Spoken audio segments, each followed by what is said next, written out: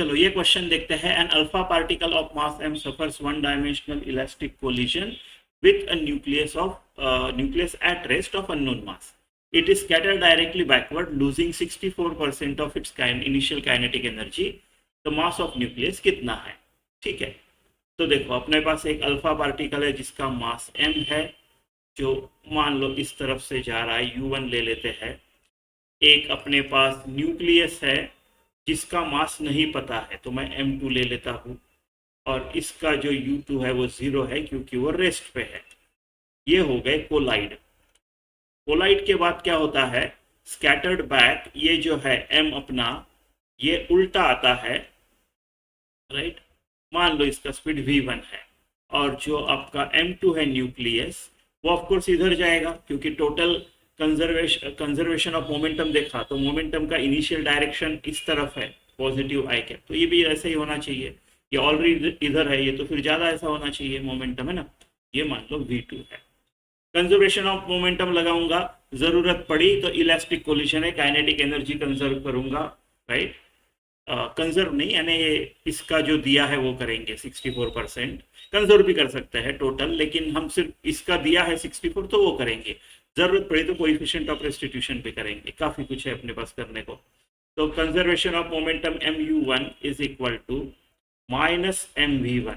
मैं क्या कर रहा हूँ, इस तरफ का निगेटिव ले रहा हूँ, इस तरफ का पॉजिटिव ले रहा हूँ। मोमेंटम एक वेक्टर क्वांटिटी है, m2v2 ऐसा आएगा। तो इसको इधर ही छोड़ देते हैं, इक्वेशन 1 बना लो, ठीक है। अब मुझे दिया है कि ये जो अल्फा पार्टिकल है, ये जब वापस जा रहा है तो ये जो काइनेटिक एनर्जी है इधर की kinetic energy is equal to 64% lose कर दिया इधर का इनिशियल का, यानी इधर का अगर मैं ke1 पकड़ता हूँ तो ये जो ke2 है ये 0.36 टाइम्स ke1 है, ऐसा इस चीज का यूज करते हैं, राइट। तो इधर का हाफ m v1 स्क्वायर, इसका it is equal to 0.36 times half m u1 square, बोल सकता हूँ ऐसा, हाफ m गया, तो v1 square is equal to 0.36 u1 square. v1 जो है आपका 0.6 u1 आया, है ना। तो कुछ तो फायदा हुआ है इसका। चलो इसको इसमें रखते हैं, देखते हैं क्या आता है। mu1 is equal to minus m into 0.6 u1, है ना, प्लस m2v2। नहीं, हमको और कुछ करना पड़ेगा, right. Total kinetic energy conserve करेंगे या फिर कोएफिशिएंट ऑफ रेस्टिट्यूशन, क्योंकि v2 अभी भी अननोन है ना। तो ये आ गया मेरा 1.6 टाइम्स, इधर जाएगा तो mu1 is equal to m2v2 ऐसे आएगा, है ना। तो ये एक मिल गया मेरे को, करेक्ट। मेरे को m2 चाहिए, सो अभी m2 मेरा क्या आएगा, 1.6 m1 u1 अपॉन v2। तो मुझे v2 को u1 के टर्म में लाना पड़ेगा।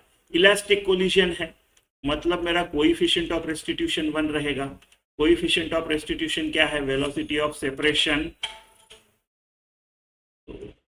Velocity of separation upon velocity of approach.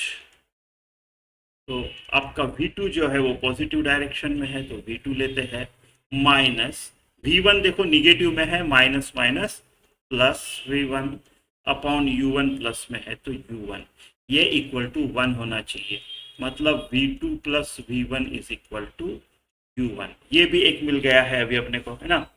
तो मेरा v1 क्या है, 0.6 u1, तो v2 plus 0.6 u1 is equal to u1।